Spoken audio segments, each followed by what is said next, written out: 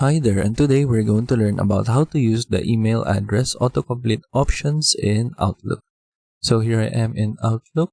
So I just need to sign in my account first. So I'll just sign in right here.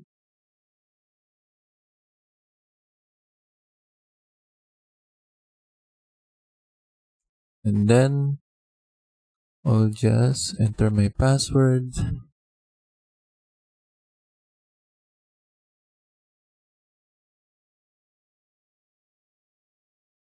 And then here I am in my Outlook email.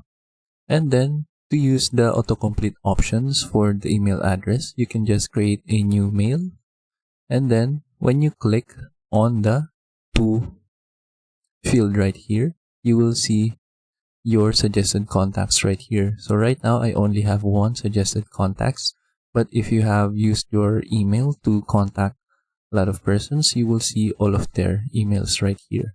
And as you type their name, their different emails will be appearing right here as you type them, so that you can just click on it and then it will be automatically added for the recipient right here.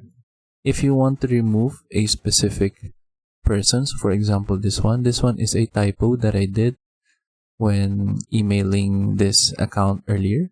So I can just click on the X button right here to remove that suggestion and to remove that search result. And then I will only have this autocomplete email right here.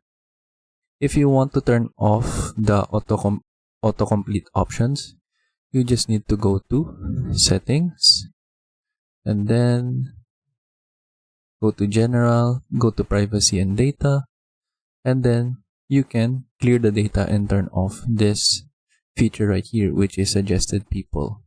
But if you want to use it, you can just leave it on, and then as you email more people right here, you will receive suggested contacts, so that it will help you whenever you are creating new emails. And then that is it.